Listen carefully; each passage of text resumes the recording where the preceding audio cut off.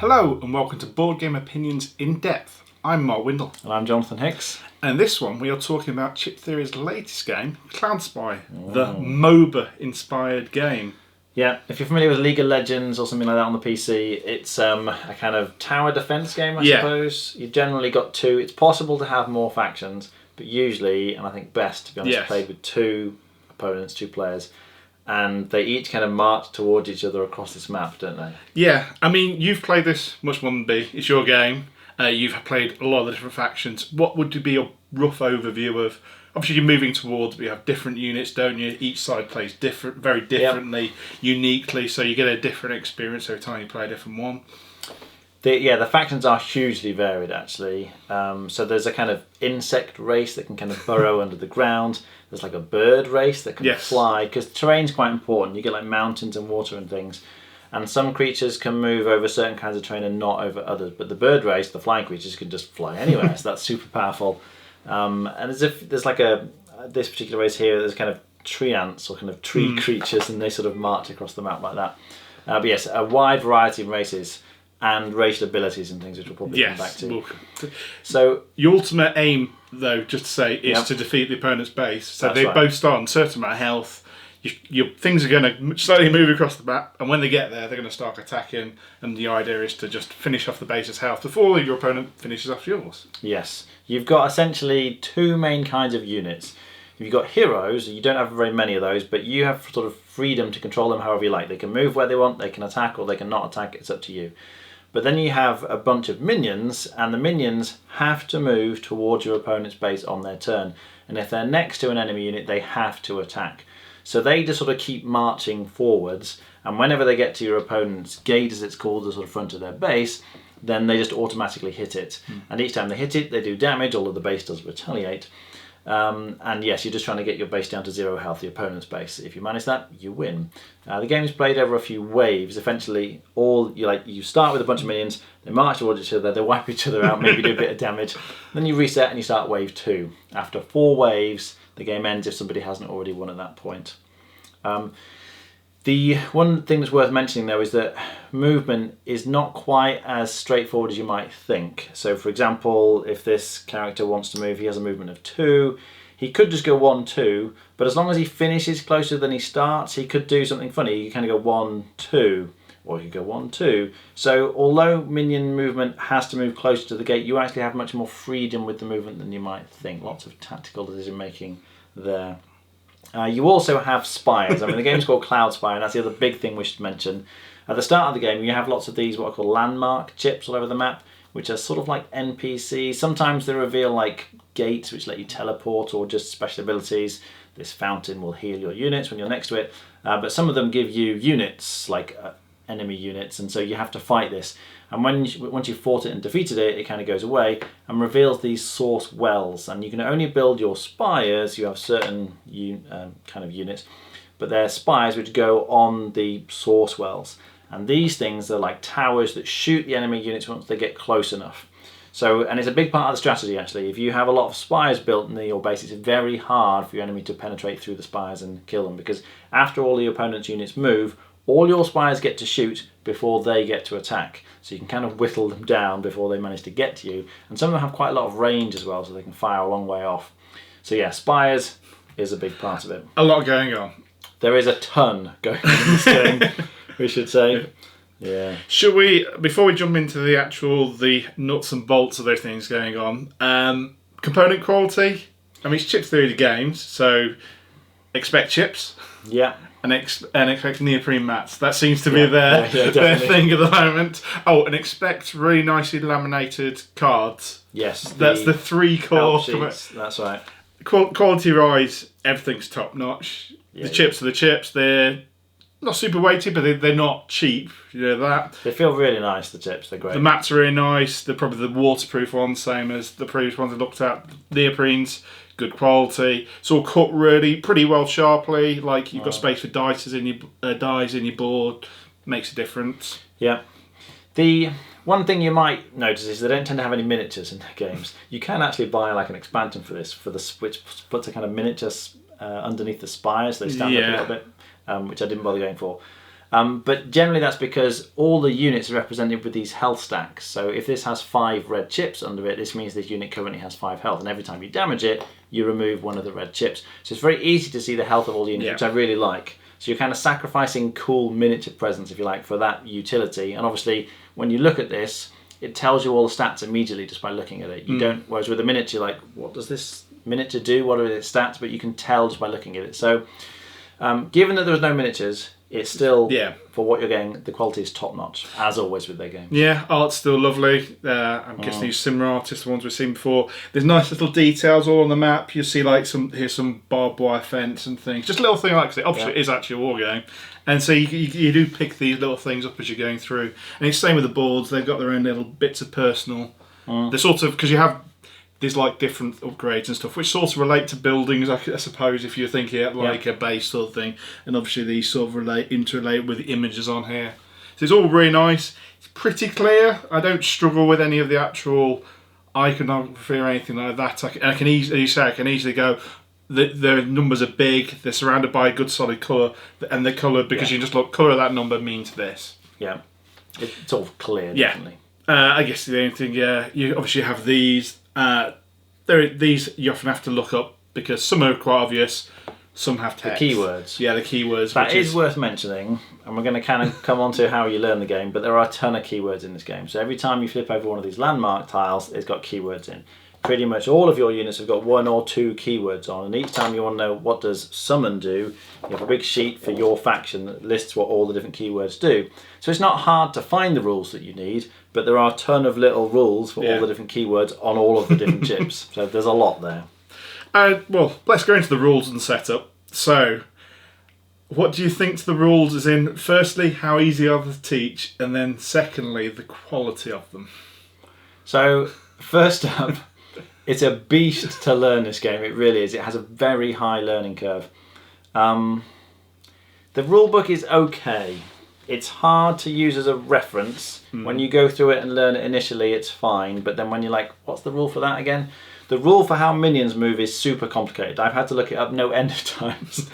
And it's very difficult to teach because it's just so fiddly. And even then, you kind of explain all the different rules. And the back of the rulebook has a nice kind of like phase overview. So in terms of, you kind of get some income and you spend it to get units and things.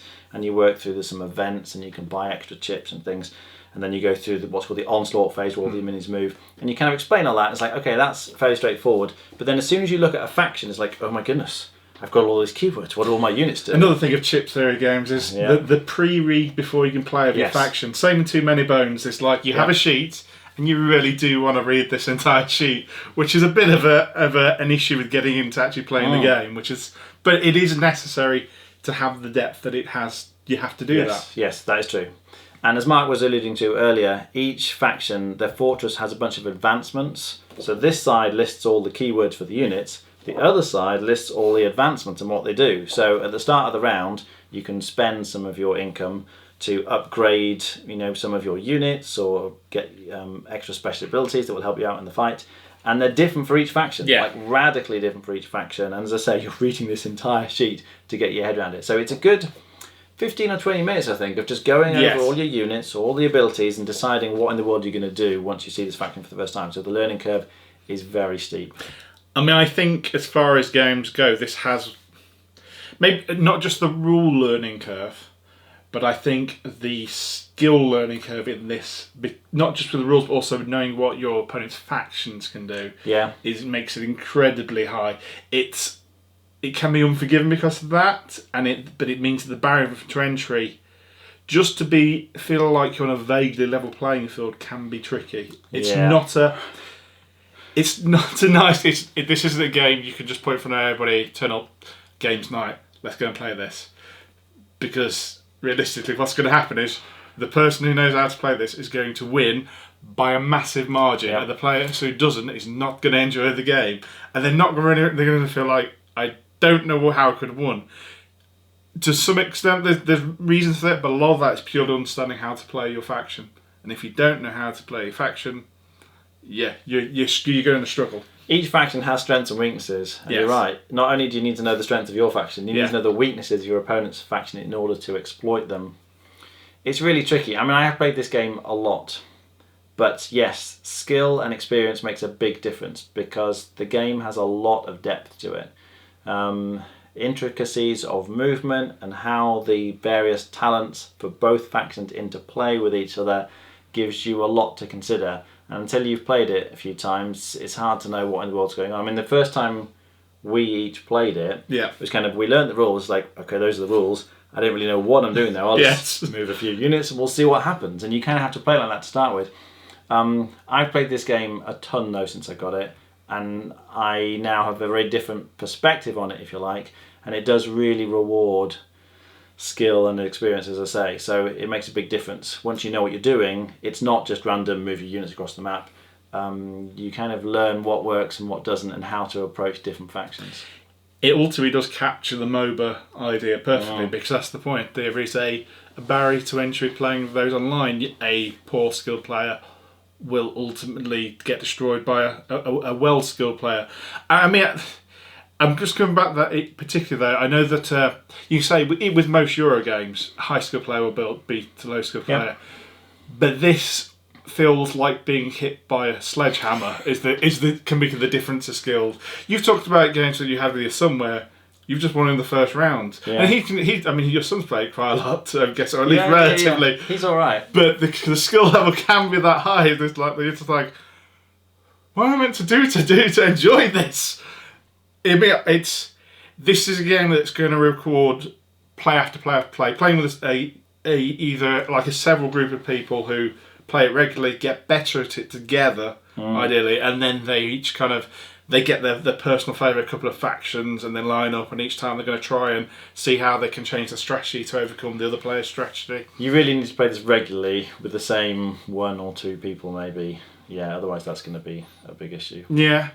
I mean, the great thing to play about this is the different factions though. For all that negativity, they do feel hugely different, and it does make it, has that, I want to see what the other factions do, how they play differently. You want all the expansion factions because they're really interesting. All the little, you'll have to play them 3 times to understand how to win with them, but you will get a lot out of giving you. The more you put into this game, the more you're going to get out. That is very true. One thing you do need to realise though is it is a big time sink. Okay? Yeah. Apart from the fact that you need to play it a lot of times to really understand what in the world you're doing, each game is long. Potentially you're looking at maybe 3 hours for a game, even once you know what you're doing, because you've still got to be like, okay, yeah, how does this race work? Again, what's my strengths? What should I be doing? Let's get on and move the units. It takes a lot of time. There's a lot of fiddly bits to this. So to play lots of games, when each game takes a long time, it's going to take you a ton of time. But the flip side to that is you're going to get tremendous value of money from this game. If you decide to go in for it, then it's going to give you hours and hours and hours of game out of it. Yeah, I mean, the game's long. The setup's not too bad. It's generally there isn't a huge amount. Yeah. It's better than most games in many ways. There isn't actually. There's not a lot of components going on. No, it's relative, especially because a lot of these come out during the game itself. It's just the boards and randomly placing these out mainly, with a few other small bits and pieces. So it is just the gameplay. Yeah. I should perhaps talk at this point about the different modes of play as well. Yeah. Because whenever I played with Mark, we've played the competitive version where we're just fighting against each other. But you can also play this solo, and you can play it co-op. And I've played the solo game a lot actually, which is one of the reasons why I'm quite good at this now. And I should say it's fantastic. If you want an in-depth kind of real brain burner of a solo game, something that's going to really engage you, this does it tremendously well. Does it essentially turn it into a puzzle? Because of the but a movement puzzle, which the main game is, but it's a more fixed movement puzzle than that's right. A person. Because the AI opponent that you play against has fixed movement rules, and it tells you exactly what to do. So you know if you move here, they're going to do this, or if you go here, they're going to do this. And so it's a kind of, as you say, puzzling it out, and it's hard. Let me tell you, the first scenario took me 2 or 3 goes to win, because at first you're like, yeah, I think I know what I'm doing with this. I've played them before. I'll go here and here, and oh my goodness, and I've died, and oh, they just wiped the floor with me. What did I do wrong? And then you start to learn, as we were saying earlier, the difference between the races and how to maximise your strengths and make the most of your opponent's weaknesses in that sense. So you learn a lot playing through the solo campaign. And the one game I would compare it to, actually, in terms of playing solo, is Mage Knight, which was my favourite solo game for many, many years. This has a very similar level of depth. If you're looking for the depth of Mage Knight in a solo game, this really does has it. There's tons there. That's interesting because you've described Mage Knight before as quite well replicates like a video game style of progression and levelling. And this is obviously very much replicates a different style of video game, but they're both trying to replicate the depth of a video game. I think this does the MOBA thing better than Mage Knight does the levelling thing. Mage Knight had a lot of other things with the card and the card play, which added to that but made differently. But this in many ways does feel like a MOBA, or more, maybe slightly more like a tower defense, because while with your heroes you have full control with your units, you're hands off ultimately. You're trying to kind of maneuver them. Yeah. It's like manoeuvring like a stream. It's like I can kind of make it move a bit, but I can't actually stop it. That's right. They're going to keep going regardless at the end of the day. And I've also played the co-op. There's a co-op campaign. I've been working my way through that, and that's fine. It works very well. It's a little bit clunky sometimes with the rules, and I think that's because they've tried to create a variety of scenarios, which they've done. But sometimes you're going to find, but this rule doesn't really make sense in this scenario, and you have to check, and there's a few exceptions and things like that. So it's a little bit fiddly, but the competitive and the solo versions are great. I think really, really great. Okay, I guess I can't really think of any further games to compare this to because I can't really think of much. I mean, there's Guards of Atlantis, which is the it. only other sort of tower defense MOBA style game I can really think of, which I really like, but is very different. It's much lighter, and you generally play team versus team. Although you could play this with like 2v2 or something, I've never tried it, and I would never want to, because I think the games would just take way too long. Like, they're long enough anyway with 2 players, but if you're having to wait for 4 players to take turns, the games would go on for hours and hours and hours. So I wouldn't recommend that, although, as I say, I haven't actually tried it. But in terms of a tower defense game, this is as good as it gets, I think. As long as you're happy to accept it's heavy. Yeah. It's really, really heavy, but it's also really, really good. Okay. Do you have any final thoughts? It's one of those, I think you're going to know whether or not you like it or not. Yeah. And there's quite a bit more that we haven't really talked about. You can actually kind of terraform the map with these. You buy these and you add them on, which crucially can add the source wells, which lets you stick your spires on in places where suddenly you didn't think you could put a spire there, and now you can, and you can be shooting the enemies as they come through. You can buy extra units to help you. There's a lot of variety. There's events that affect the play, which change the rules from round to round. You get these relic sort of superpower cars that come out and do special things. So there's a lot going on. Never mind just what your own faction does. Yeah. There's a ton going on there. So if you're looking for depth and you're willing to put the time in, and you like the kind of heavy brain burner type games, then this is, for this kind of genre, I'm not sure there is much else in the genre, but this is as good as it gets. I really think it's fantastic. Yeah, for me, what it does pretty much perfectly. I guess I'll occasionally moan some of these can be a bit random. We've had the odd time when, like, I had one in a recent game I had earlier where one of these essentially killed a unit that was next to it. And it's like, it was the first wave. And yes, I suppose you do take that risk. But ultimately, that's like, you've already made a game that's really hard, even harder. Yeah. And you're like, all I did was kind of have a little look at what's underneath the chip. But there's not much you can... That randomness is an issue. It's a small issue, but it is an issue. As you say, some of the landmarks, you reveal them as like, oh, it kills my unit or something. Or some of the events... Many, but the events come out and it's like, oh, that's really good for you and really bad for me. And it just feels like a bit of kind of random luck. The relics can sometimes be great and sometimes they can be useless. So it's that randomness I'm not so keen on, but it's not there. It's mitigatable, if that's a word. Yeah. But again, part of the issue there is once you're familiar with all the landmarks and what's possible, you know whether or not going here and revealing this is too dangerous or whether or not you can take the risk. A bit like Mage Knight.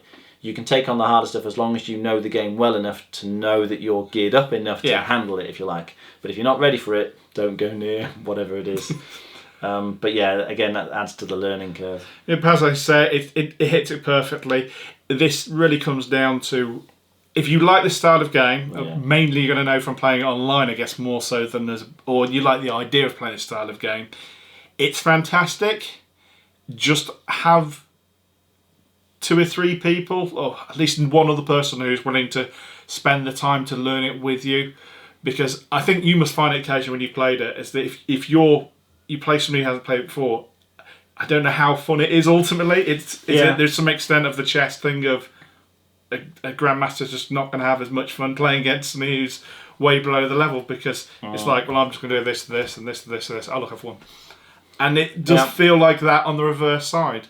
I think if you've got 2 roughly equal opponents, this will be amazing. Like, amazing even to just watch 2 players playing it, because they'll probably hopefully be playing a little quicker, and like seeing these moves they're thinking out, it'll be sport quality for a board game style thing. But that's entirely dependent on the equivalent of the skill levels. Like I said, this isn't a game you go to your local game club and go, let's play Cloudspire, because neither of the 2 people involved are going to have a huge amount of fun. Unless I suppose you could do like the cooperative or something like that. Yeah. Yeah. You happy with all that? Any other thing you want to say before we wrap this one up? Yeah. Well, we've been board game we should give a rating. Oh yes, we should give a rating. That's what do you want to give it? It would be a 9 out of 10 for me. My only minor niggles, I think, will be the length. It's really long, and the slight randomness. But aside from that, it's just fantastic. So definitely a solid 9 out of 10 for me. For me, if I was willing to invest time into it, it'd probably be a 9. On the basis that I'm not, I will give it somewhere between 7.5 and 8. I still really enjoy playing it. I'm just not sure I'm getting the most enjoyment because he's really good at it and I'm not so good at it, if you know what I mean. And I can appreciate that. But as an actual game, it's still fantastic. So yeah, we've been Board Game Opinions, and I've been Mark Windle. I'm Jonathan Hicks. Goodbye then. See you next time.